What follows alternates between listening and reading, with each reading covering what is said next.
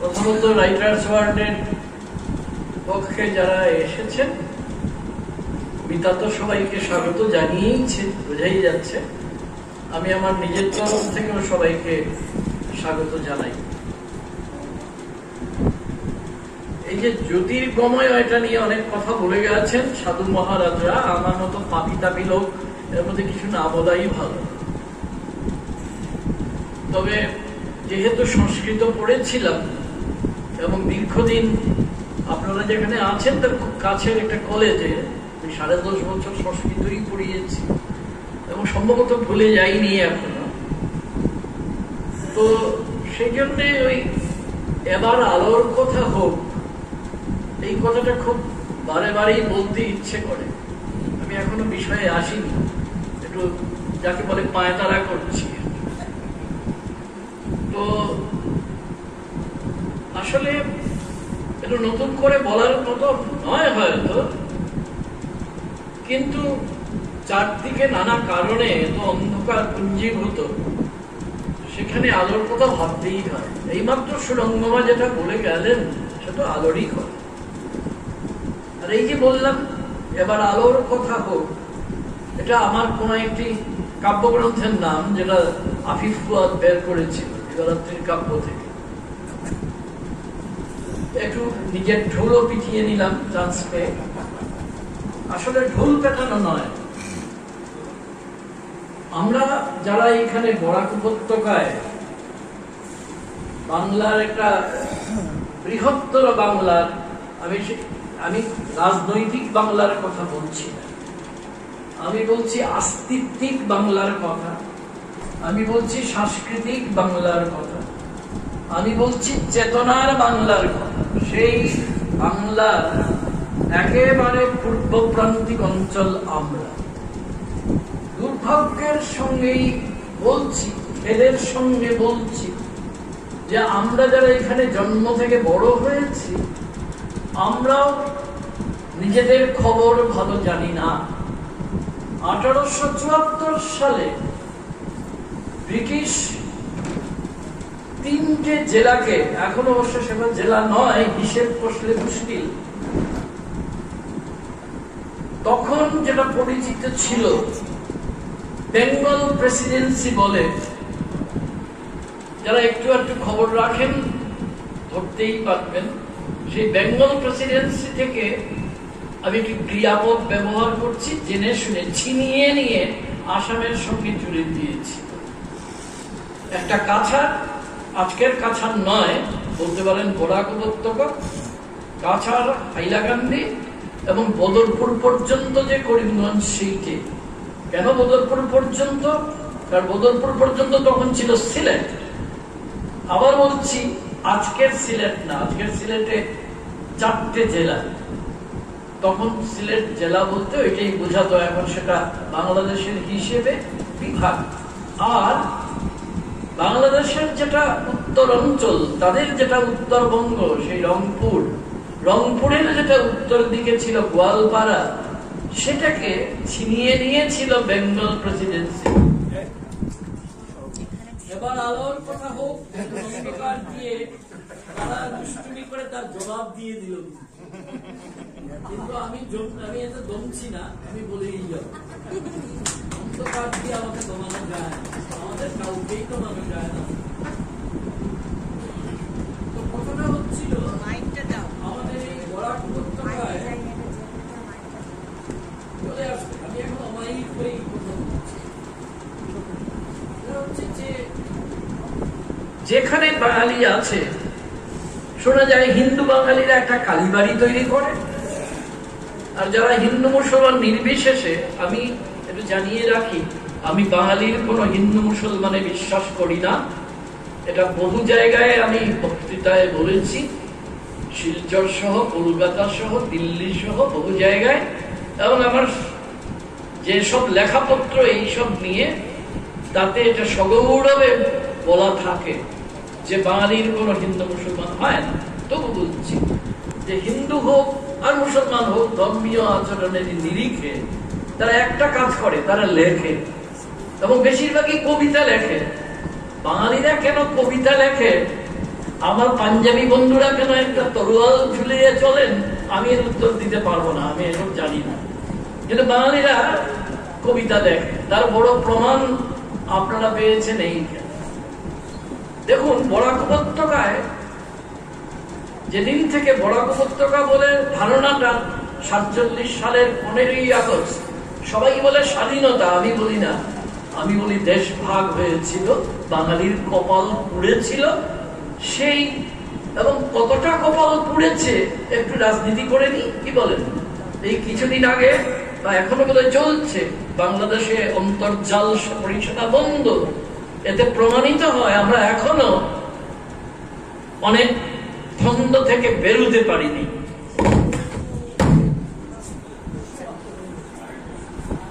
আমি ভাই বলে যাচ্ছি, আমাকে দমানো হবে না, আমাকে দাবায় রাখতে পারবা না। শেখ মুজিবুর রহমান বিখ্যাত সাথী বক্তৃতা, যাই সাথী মার্চের বক্তৃতা রমনার, আমি রমনা থেকে নয়, নিতান্তই এখানে একটা হোটেল পক্ষ থেকে আমাদের দামানো যায়। তার প্রমাণ হচ্ছে আমাদের এখানে কবিতা লেখা হচ্ছে অনেক সহজে। আমি ইচ্ছা করে কারোর নাম বলবো না, কারণ নানা ঝামেলা। অমুকের নাম বললেন না কেন, তিনি অমুককে পছন্দ করেন না, তমুককে বেশি পছন্দ করেন, তাই তার নাম বলছেন, সেই জন্য না। ইতিমধ্যে আমরা অনেক সময় পেরিয়ে এসেছি কিনা, এবং আমার পরে আমার বোনটি কথা বলবে, এবং সে আমার চেয়ে অনেক ভালো বলবে সুবক্তা হিসেবে, এবং আমি এই জন্য আমি কিছু আলফাল কথা বলে চলে যাব। সেটা হচ্ছে যেদিন থেকে বাঙালি নিজেদের চিনতে আরম্ভ করেছে, বুঝিয়ে দিই হয়তো, কারণ 15 আগস্টের পরে আমার তো জন্ম হয়েছে স্বাধীনতার 3 বছর পরে, 2 বছর পরে, তো প্রায় 2 বছর, একটু মিথ্যে বললাম, একটু কয়েক মাস কম হবে। তো যেদিন থেকে বোঝার বয়স হয়েছে সেদিনই জেনেছি যে আমরা এমন একটা অঞ্চলে বাস করি যেখানে যারা বাংলা ভাষায় কথা বলে সে তার আত্মপরিচয় ঘোষণার একটা প্রাকশক্ত হিসেবে ধরে নেয় লেখালেখি করা।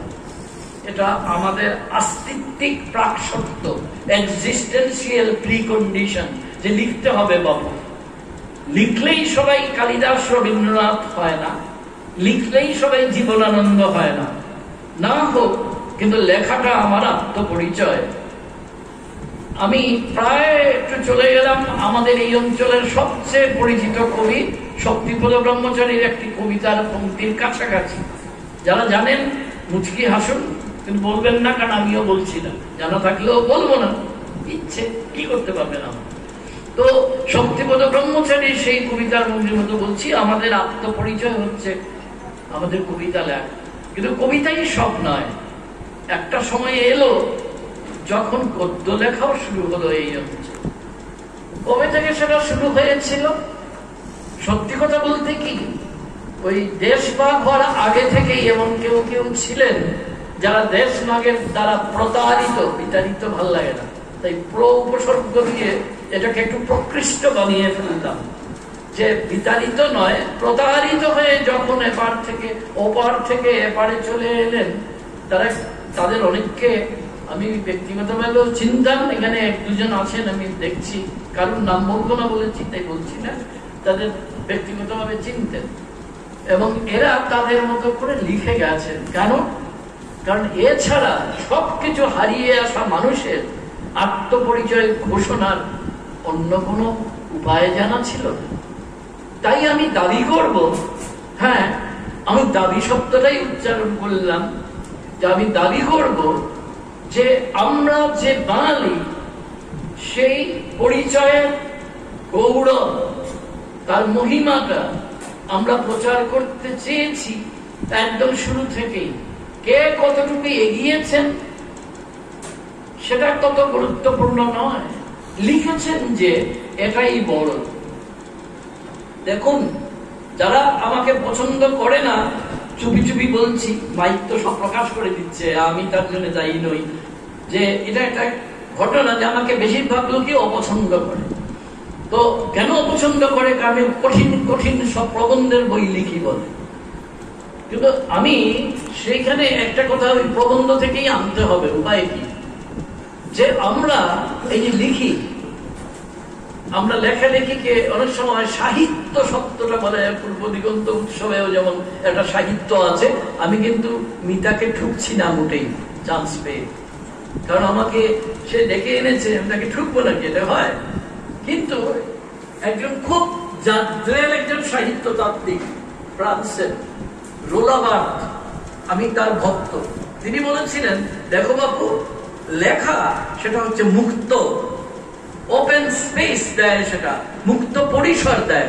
আর সাহিত্য মানে চাপাচাপি, ওভাবে লেখো না, এভাবে লেখো না, এইরকম হিসেব কষে লেখো, নিয়মতান্ত্রিক ভাবে লেখো, এটাকে বলে লিটারেরিনেস। ইংরেজি করে না বললে আবার নিজের এটা দেখানো যায় না তো ভাবটা, তাই একটু ইংরেজি বলে ফেললাম। সেটা হচ্ছে সাহিত্য, আমি এটাকে বাংলায় বলি সাহিত্যিকতা।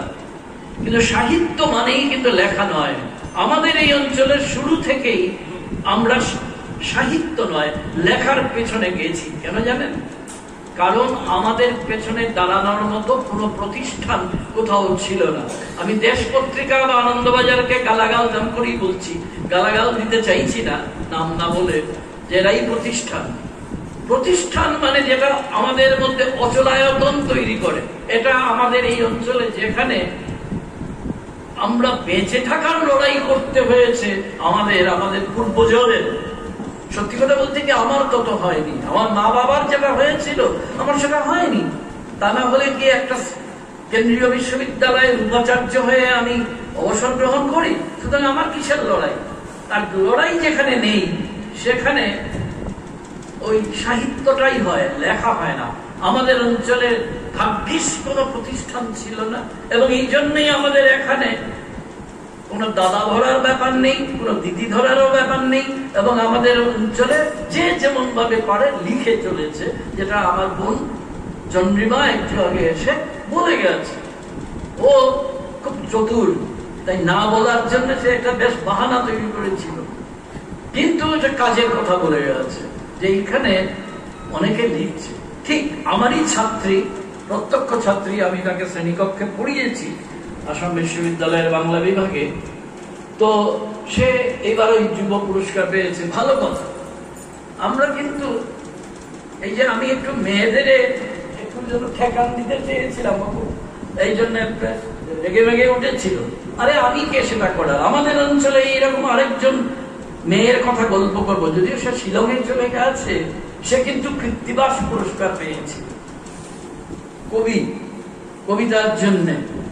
সে শিলংয়ের না, তাই বরাক উপত্যকার কথা কি বলা যায়? কি করে বলবো? বরাক উপত্যকার সরোজাত বাবু যে তার বাবা, সে বরাক উপত্যকার নয় কেন? আমি নিশ্চয়ই তার জন্য একটু অহংকার করব।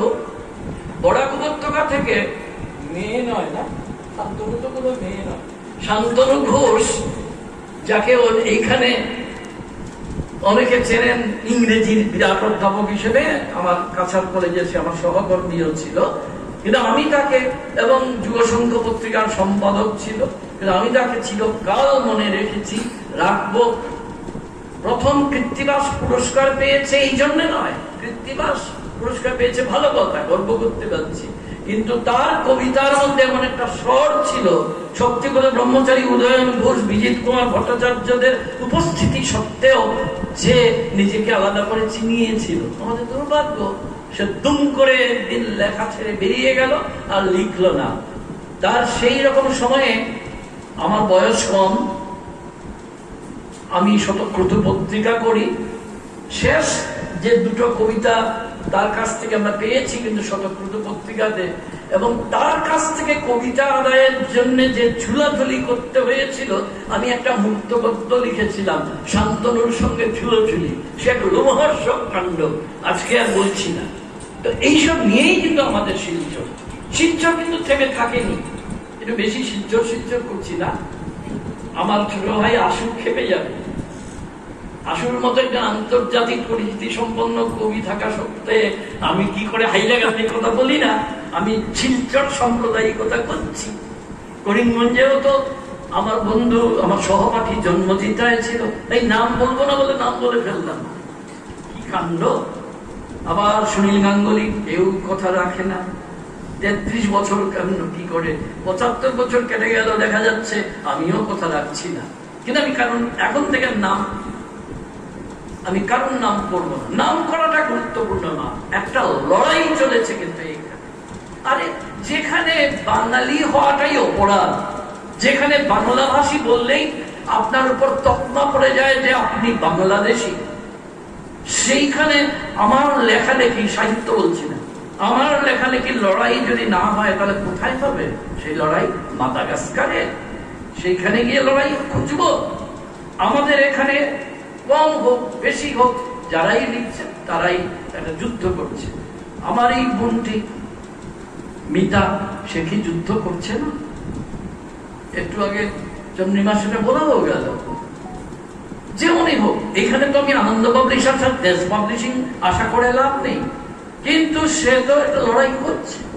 আমি নিশ্চিত এমন অনেক মুহূর্ত তার আসে যখন গভীর নৈরাশ্য তার অন্তরকে ছেয়ে ফেলে, মনে হয় আমি যেটা করছি এটা কি কেউ দেখছে?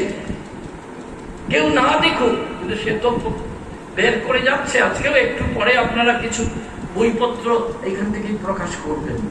এই যে সবগুলো মিলিয়ে আমাদের এখানে কোনো প্রতিষ্ঠান নেই, আমাদের এখানে প্রকাশনা নেই।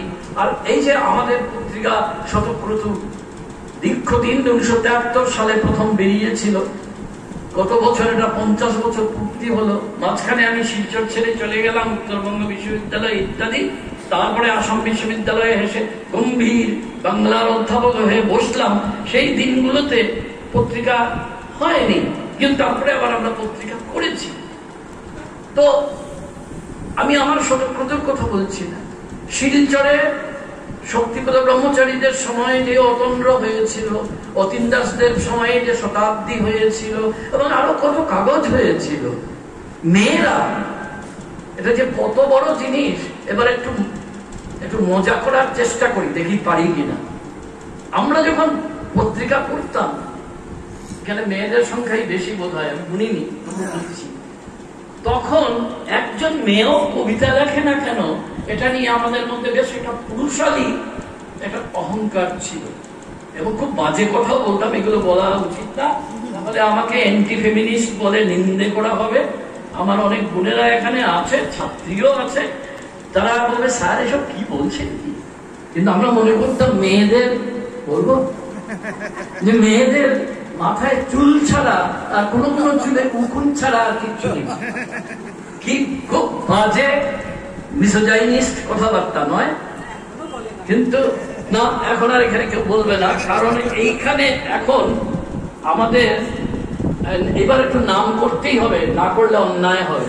চন্দ্রিমা, শর্মিলা বসে নেই এখানে, এদের মতো ছেলে মেয়েরা এখন এসেছে, এবং তারা আসাতেই তাদের আগে অনুরূপা বিশ্বাস, তাকে দিদি বলছি বটে, কিন্তু তিনি আমাকে আক্ষরিক অর্থে জন্মের পরে কুলে নিয়েছিলেন, কিন্তু মাসি ডাকা হয়নি তো কোনোদিন। তিনি আমার মাকে দিদি বলতেন নানা কারণে, কিন্তু আমি তাকে কোনোদিন দিদি ছাড়া অন্য কিছু ডাকিনি, কিন্তু তিনি আমার মাতৃ সমান। তো আমাদের এই অঞ্চলের মেয়েদের যে তিনি একটা, শুধু সাহিত্যের কথা বলছি না, যে আত্মপ্রত্যয়ের পাঠ দিয়েছিলেন, সেই পথ লক্ষ্য করে স্বীয় কীর্তির ধ্বজা ধরে ক্লাস 9-এর বিদ্যা বলিয়ে দিচ্ছি যে আমরাও হব বরণীয়র মতো এসেছে মানবী গোষ্ঠী। কতজন তাদের মধ্যে এখন লিখছে, কেউ গল্প লিখছে, কেউ কবিতা লিখছে, এবং যা হয় প্রথম সাহস হয় না, তারপরে যখন দেখা যায় ও একটু দৌড়াচ্ছে, তখন মনে হয় তাহলে আমিও একটু দৌড়ে দেখি না কেন। মানে আজকে 2024 সালের মাঝামাঝি বোধহয় পেরিয়ে যাচ্ছি না, মাঝামাঝি, হ্যাঁ বোধহয় নয়, পেরিয়ে গেছি, কারণ এটা জুলাই মাসও শেষ হতে চলেছে। তো অনেক মেয়েরা লিখছে, ছেলেরা তো লিখবেই।